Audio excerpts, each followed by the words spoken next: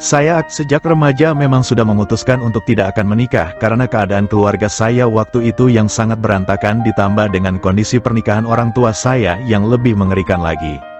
Saya akan sedikit bercerita tentang kondisi masa kecil saya dan keluarga saya sebagai latar belakang keputusan saya saat ini. Ayah saya menikah di usia 20 tahun dan pekerjaannya saat itu sangat serabutan. Paling tetap adalah sebagai kernet bas cepat Sipadan di Medan yang penghasilannya tidaklah seberapa. Jangankan untuk menghidupi dua orang, untuk kebutuhan hidup sehari-harinya saja sebenarnya beliau masih kekurangan. Ayah saya piatu sejak usia 12 tahun dan putus sekolah. Masa remajanya dihabiskan di jalanan dan setelah dewasa berpindah-pindah tinggal dengan beberapa abangnya yang sudah menikah.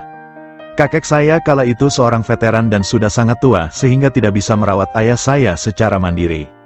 Jadilah ayah saya seorang pemuda tanpa nasib yang jelas. Tinggal berpindah-pindah dan tidak memiliki pekerjaan yang pasti. Ayah saya bertemu dengan ibu saya yang sudah lulus kuliah D1 Pendidikan Agama. Ayah saya memang seorang pribadi yang sangat supel, humoris dan sepertinya jago merayu serta tampan seperti saya, hahaha. Terbukti dengan ibu saya yang akhirnya jatuh cinta kepada ayah saya walaupun sebenarnya ibu saya memiliki prospek hidup yang lebih baik ketimbang ayah saya. Singkat cerita dengan beberapa drama percintaan ala tahun 80-an serta bantuan dana dari sana-sini ayah dan ibu saya menikah. Setelah menikah ayah saya masih bekerja serabutan dan ibu saya menetap di rumah karena hamil kakak saya. Namun malang setelah melahirkan kakak saya, bayi tersebut hanya berusia beberapa hari saja dan harus berpulang ke pangkuan Bapa di surga. Orang tua saya selanjutnya hidup berpindah-pindah dan sampai saya dilahirkan ke dunia, akhirnya diberikan rumah oleh kakek saya. Ayah saya adalah bungsu sehingga mendapat hak kepemilikan rumah orang tuanya. Meskipun rumahnya kecil dan hanya terbuat dari anyaman bambu, tapi itu sudah lebih dari cukup bagi kami. Saya ingat di belakang rumah kami ada kandang babi dan sedih sekali ketika babi itu dijual dan diambil dengan cara yang sangat kasar. Isak babi yang meronta-ronta saat dijual itu sangat menyedihkan bagi saya. Selanjutnya ayah saya merantau ke Jakarta mencoba peruntungannya dan dibantu dicarikan pekerjaan oleh abang sepupunya yang cukup berhasil menjalankan bisnis bra. Namun ayah saya tetap menjadi kernet dan meninggalkan ibu saya dengan dua orang anak, adik saya lahir 2 tahun setelah saya. Di kampung halaman, ibu saya bekerja sebagai buruh tani. Kehidupan yang sangat sederhana saya ingat-ingat. Saya sering menggendong adik saya saat kami akan berjalan ke ladang di pagi hari. Lalu saat ibu saya bekerja saya akan menjaga adik saya agar tidak menangis. Usia saya kira-kira 4 tahun saat itu. Ibu saya tidak bisa memiliki karir lagi karena sudah memiliki 2 anak balita dan terpaksa menyambung hidup sebagai buruh tani sambil menunggu nasib baik yang mungkin bisa diraih ayah saya di ibu kota. Saya ingat sewaktu saya masih kecil, saya sangat jarang melihat ayah saya berada di sekitar saya. Lalu lambat laun ibu saya juga mulai sering menitipkan saya dan adik saya ke rumah paman. Saya dan adik sering menangis karena tidak melihat ibu berhari-hari. Pernah suatu waktu pada malam ketika saya dan adik selesai makan di rumah paman kami tiba-tiba pintu terbuka sedikit dan ada seorang wanita melemparkan bungkusan plastik ke dalam rumah lalu pergi. Saya dan adik saya berlari ke pintu karena sekelebat melihat bahwa wanita itu adalah ibu saya. Kami berlari menuju pintu dan keluar rumah sambil berteriak memanggil-manggil ibu kami. Tetapi ibu kami telah hilang ditelan kegelapan. Istri paman kemudian mengajak kami masuk ke dalam rumah. Di dalam plastik yang dilempar tersebut ternyata berisi beberapa jajanan yang kami sukai dan juga beberapa lembar uang kertas. Saya dan adik masih terus menangis memanggil-manggil ibu hingga kami tertidur. Setiap mengingat dan menuliskan hal ini saya masih melinangkan air mata. Karena keadaan yang sangat miskin saat itu ibu saya harus bekerja keras dan tidak mampu menjaga kami lagi, sehingga kami harus dititipkan ke keluarga ayah saya. Suatu ketika ayah saya memboyong kami sekeluarga untuk kepindah ke kota di luar Pulau Sumatera, tepatnya di Bekasi. Awalnya kami tinggal di sebuah kontrakan berukuran 2 meter persegi, dan alasnya masih tanah merah. Saya ingat benar sumpahnya suasana tinggal di sana ditambah dengan tetangga yang selalu mengomel jika mendengar saya atau adik saya merengek. Kontrakan tersebut terdiri dari beberapa kamar yang dibangun dari anyaman bambu saja. Ayah saya masih bekerja menjadi kernet dan ibu saya akhirnya ikut membantu istri dari paman saya yang tinggal di Bekasi menjadi penjual sayur. Selang beberapa waktu ibu saya sudah pandai menguasai pekerjaannya dan mandiri menjual sayur sendiri, sedangkan ayah saya sudah dipercayai untuk menjadi seorang supir angkot. Kami pun akhirnya dapat pindah ke kontrakan yang lebih layak. Saya disekolahkan di sekolah negeri yang jaraknya 500 meter dari kontrakan kami. Saya hanya diantar sekali oleh ibu saya ke sekolah, dan sampai saya lulus SD ibu saya hanya 2 kali datang ke sekolah itu, saat mengantar saya pertama kali serta saat pengambilan ijazah terakhir saat saya lulus.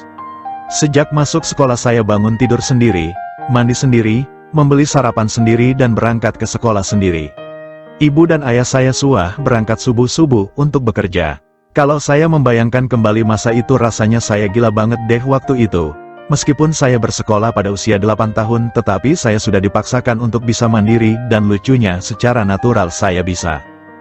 Pada catur wulan pertama saya mendapat ranking 2. Sayangnya, bukannya pujian yang saya dapat malah desahan kecewa kedua orang tua saya yang akhirnya memberikan saya pujian seolah-olah ranking 2 itu bukan hal yang buruk. Gila, saya baru sadar ini ternyata pahit sekali. Saat itu saya sedih karena tidak bisa membanggakan orang tua saya untuk mendapatkan ranking 1. Mulai masuk kelas 2 SD ternyata orang tua saya memiliki tabungan yang cukup untuk membeli sebidang tanah dan berani untuk mengambil keputusan membangun rumah di sana. Pada fase inilah akhirnya saya mulai melihat kehidupan saya sebagai kemalangan yang tidak berakhir. Pembangunan rumah kami dimulai sangat perlahan. Awalnya hanya tembok batako tanpa pelur dan alas rumah masih berupa tanah merah yang hanya ditutupi oleh karpet yang terbuat dari bahan plastik tebal. Lalu perlahan-lahan dipelur dan dicat, masuk listrik dan dibuat lantai keramik. Rumah kami benar-benar layak huni setelah saya lulus SD. Namun masa sekolah saya sangat menyedihkan.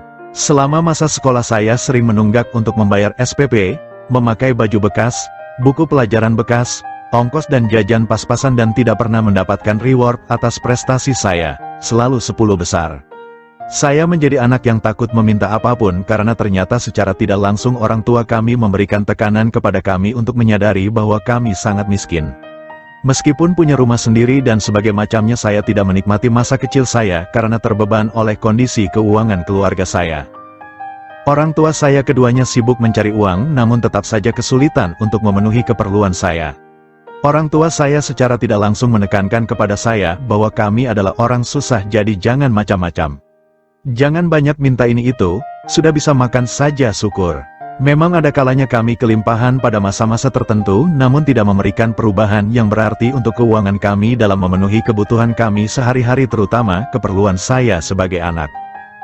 Waktu awal-awal keluarga kami pindah dari Sumatera ke Bekasi, kehidupan keluarga saya cukup harmonis.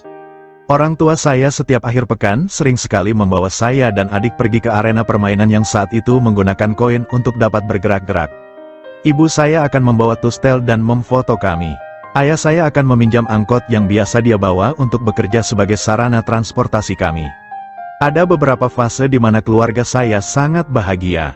Kami jalan-jalan, ikut arisan keluarga besar, setiap tahun bisa mudik saat liburan sekolah, membawa sepupu saya untuk mulai merantau, membeli televisi, memperbaiki rumah hingga sempurna, pernah punya kulkas, Nintendo, sering membuat acara makan-makan di rumah. Namun semua itu akhirnya tertutup oleh ketidakharmonisan orang tua saya yang semakin lama semakin muncul ke permukaan. Ibu dan ayah saya sibuk mencari uang, dan uang. Ibu saya bekerja 7 hari seminggu. Tidak pernah membawa saya ke gereja. Ayah saya juga bekerja 7 hari seminggu. Saya sering harus membantu ibu saya kerja di pasar. Saya tidak menyukainya karena saya masih anak-anak menjelang remaja kala itu. Saya bingung kenapa keluarga kami bisa semiskin ini dan tidak menikmati hidup. Hidup di bawah bayang-bayang kekhawatiran tidak memiliki cukup uang. Ibu saya sering mengeluhkan ayah saya yang kadang tidak membawa cukup uang setelah seharian penuh bekerja. Padahal ayah saya sudah berangkat subuh dan pulang larut malam, dan begitu seterusnya. Saat saya masuk SMP kemiskinan keluarga makin saya rasakan ditambah hubungan ibu dan ayah saya yang sudah mulai sering ribut. Saya tidak mendapat perhatian yang cukup dari ibu serta ayah saya. Saya jadi menyukai menghabiskan waktu di luar rumah saya. Selama SMP saya sering pulang sore hari padahal saya masuk sekolah pagi. Saat saya masuk SMA ini adalah momen paling fatal yang akhirnya membentuk keputusan saya bahwa saya tidak akan menikah. Ibu saya bertengkar hebat dengan ayah saya. Ayah saya ketahuan ada main dengan perempuan, mulai tidak mampu menyediakan uang dan sering marah-marah. Saya tidak paham apa yang menjadi pemicu, tetapi rumah kami dijual dan kami terpaksa hidup mengontrak lagi. Kembali hidup ke titik mengenaskan. Situasi ekonomi keluarga saya sungguh hancur. Kami mengontrak di tempat yang sangat kumuh. Ayah saya mulai berulah dan makin sering bertengkar dengan ibu saya. Ibu saya makin fokus mencari uang dan kami semakin miskin. Ibu saya menderita dan ayah saya juga menderita.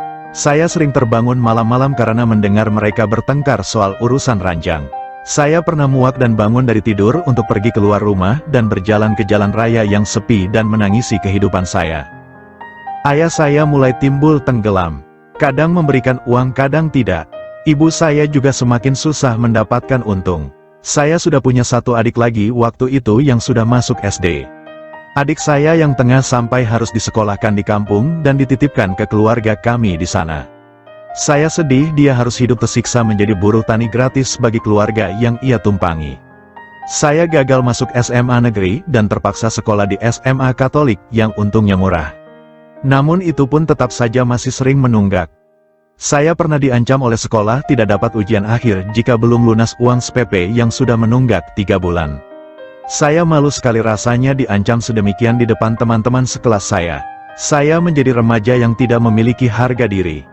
Saya sangat membenci ayah saya saat itu dan juga ibu saya karena ibu saya setiap hari hanya bisa mengomeli saya. Saya selalu disalahkan, ibu saya tidak pernah melayangkan pujian kepada saya. Apa yang saya lakukan selalu salah. Saya menjadi anak yang perlahan-lahan benci dengan keluarga ini. Dari kecil saya sudah dipaksa membantu ibu saya untuk melakukan pekerjaan rumah hingga saya dewasa. Kenangan buruk dan perasaan tidak dihargai semakin lama semakin menumpuk. Saya merasa menjadi remaja paling merana dan marah kepada Tuhan. Kenapa hidup saya bisa tidak adil dibandingkan dengan teman-teman sebaya saya? Kalau hari Minggu saya akan berada di gereja sampai malam, mencari orang yang mau menemani saya nongkrong. Saya sangat membenci rumah saya. Sebisa mungkin saya menghabiskan banyak waktu di luar. Saya senang pergi jauh dari rumah saya. Saya tidak menemukan kedamaian di rumah saya. Saya saat itu butuh sekali sosok orang dewasa untuk membimbing saya dan membantu saya memberikan arahan akan jadi apa saya kelak dewasa. Namun saya tidak mendapatkannya. Sampai suatu ketika saat sedang bercakap-cakap dengan reman sekelas saya membahas topik keluarga, saya bilang kalau saya sudah lulus dan bisa mencari uang sendiri, saya akan meninggalkan mereka dan hanya akan menyokong mereka sebisa saya, tapi saya tidak mau tinggal dengan mereka. Saya lulus SMA dan kondisi keluarga saya belum berubah. Saya tidak melanjutkan kuliah karena tidak berani ambil resiko biayanya. Waktu itu teman-teman saya heran kenapa saya tidak sibuk menyiapkan diri untuk ujian masuk universitas manapun. Saya hanya bisa tersenyum. Lalu mereka seperti memahami keadaan saya dan berusaha membantu saya mencari perguruan yang menyediakan beasiswa. Lucunya waktu itu ada satu universitas yang menyediakan ujian masuk untuk beasiswa dengan membayarkan biaya pendaftaran sekian ratus ribu, atau cukup dengan menunjukkan nilai rapor rata-rata di atas 7, kalau saya tidak salah ingat. Universitas Bakri yang ada di Sumantri Bojonegoro, Kuningan. Teman-teman saya yang nilainya di bawah syarat melakukan pembayaran dan hanya saya sendirilah yang mendaftar tanpa biaya karena hanya nilai saya yang memenuhi syarat.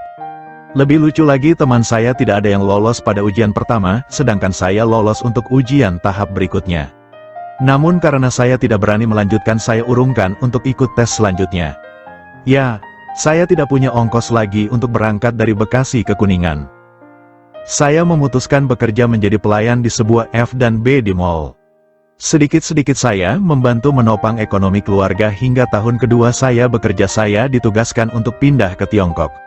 Keluarga saya sudah benar-benar kolaps saat itu dan memutuskan untuk kembali ke kampung halaman membawa kedua adik saya.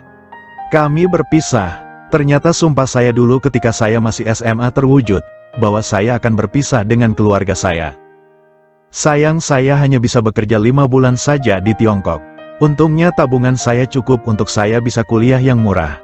Dengan meminjam uang dari teman saya yang kaya sewaktu SMA dulu, saya memutuskan untuk mendaftar di BSI. Meskipun tidak terlalu sesuai minat saya paksakan untuk tetap kuliah dengan harapan saya bisa memiliki karir yang lebih baik dengan ijazah di atas SMA. Penghasilan saya sisihkan untuk biaya kuliah dan juga mengirim ke kampung. Saya lulus dan menyandang gelar D3. berhasil membangun rumah yang layak bagi kedua orang tua saya dan puji Tuhan membantu biaya pernikahan adik saya yang kedua. Kini usia saya sudah 30 tahun, namun penghasilan saya masih UMR serta belum menemukan karir serta passion yang tepat. Tidak memiliki aset dan tidak berencana menjadi manusia kaya raya. Tabungan saya sudah habis dan harus memulai dari awal lagi sejak pernikahan adik saya. Saya tidak memiliki karir yang mantap karena tidak bisa mengembangkan diri saya dan sering berpindah pekerjaan sehingga saat ini saya masih bekerja sebagai staf di entry level. Saya mengalami masalah dalam mengembangkan diri saya dan sempat mengalami depresi. Namun puji Tuhan semuanya sudah membaik sekarang. Saya tidak mau menekan hidup saya harus sukses dan kaya raya. Yang penting cukup bagi saya dan masih sanggup membantu menopang keluarga saya semampu saya. Dengan prinsip hidup saya ini, saya kasihan bagi pendamping saya nantinya jika harus memiliki pasangan seperti saya yang tidak bisa menyediakan apa-apa. Saya tidak mau mengulangi siklus kemiskinan atas keluarga saya lagi jika saya memutuskan untuk menikah. Terlebih lagi saya tidak tertarik untuk memulai sebuah pernikahan karena saya tidak pernah melihat sesuatu yang baik dalam pernikahan orang tua saya yang membuat saya merasa bahagia. Saya tidak mau nanti anak saya membenci saya karena saya tidak mampu menjadi ayah yang baik. Saya tidak mau membayangkan rumitnya hidup saya kelak jika saya harus berkeluarga. Saya takut anak saya tumbuh menjadi lebih menyedihkan seperti saya. Saya tidak menyerah akan hidup. Hanya saja saya mengambil keputusan yang paling membuat saya bisa berdamai dengan hidup ini. Sebagai catatan, ayah saya orang yang sangat baik, ayah yang baik untuk anak-anaknya, dan sosok yang sangat disukai di keluarga besar. Namun ayah saya saat itu belum siap menjadi seorang ayah. Mungkin beliau menikah terlalu muda, memiliki pergaulan yang salah atau hal lainnya yang saya tidak pahami saat itu. Dewasa ini saya sadar bahwa menjadi seorang ayah itu perjuangannya sungguh berat dan bukan perkara sepele. Banyak teman-teman saya yang juga gagal dalam fase-fase awal pernikahan mereka yang masih muda dan akhirnya saya mengerti dan memahami kondisi ayah saya waktu itu. Saat ini beliau sedang terkena stroke namun sedang dalam pemulihan. Saya sangat menyayangi ayah saya dan telah memaafkannya atas apa yang terjadi di masa lalu. Ayah saya hanya kurang bijaksana dan saya paham bahwa mungkin saat itu ayah saya dalam keadaan yang sangat sulit dan tidak memiliki orang yang tepat untuk mencari solusi. Namun tetap menjadi baik saja ternyata tidak cukup untuk menjalankan sebuah keluarga dan saya sudah tidak memiliki kepercayaan diri untuk memulainya lagi. Sedangkan ibu saya adalah wanita super. Saya kagum pada ibu karena dia bisa bertahan dalam cobaan hidup yang begitu besar. Menanggung beban keluarga sendiri di pundaknya dan rela melakukan apa saja demi anaknya. Namun tetap saja sayang beliau lalai dalam memberikan perhatian kepada anak-anaknya, terutama saya. Ibu saya seorang yang keras hati dan manipulatif. Saya sangat tidak menyukai karakter ibu saya dan sering tidak cocok dengannya. Ibu saya sering mengeluh waktu saya masih kecil karena saya tidak bisa tumbuh menjadi anak yang setangguh dan sedisiplin yang ia harapkan. Saat ini kami tinggal terpisah adalah keputusan terbaik karena saat ada jarak hubungan kami malah lebih harmonis. Saya sangat maklum dengan kondisi kedua orang tua saya yang juga mungkin tidak mendapatkan kasih sayang yang halus dan contoh yang lembut dari orang tua mereka terdahulu, sehingga mereka juga tidak memiliki pengetahuan dalam mendidik anak dengan sempurna. Apalagi keturunan Batak keras sekali memang, terutama didikannya juga lebih keras. Jika Anda orang Batak dan menilai saya lembek sih saya tidak masalah. Mungkin saya memang berbeda tidak bisa menerima didikan sekaku ini. Saya tidak menyalahkan kedua orang tua saya. Saya sudah memaafkan mereka atas apa yang terjadi pada keluarga ini. Hanya saja mental saya sudah terlanjur dibangun seperti ini dan akan sangat susah untuk mengubahnya. Namun saya tidak merasa keputusan saya akan merugikan diri saya, terutama orang lain.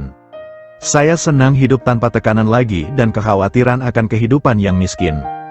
Jika garis suratan menakdirkan saya menjadi seorang yang miskin, biarlah saya miskin sendiri hingga saya mati tanpa membuat pendamping saya kelak atau keturunan kami hidup dalam penderitaan.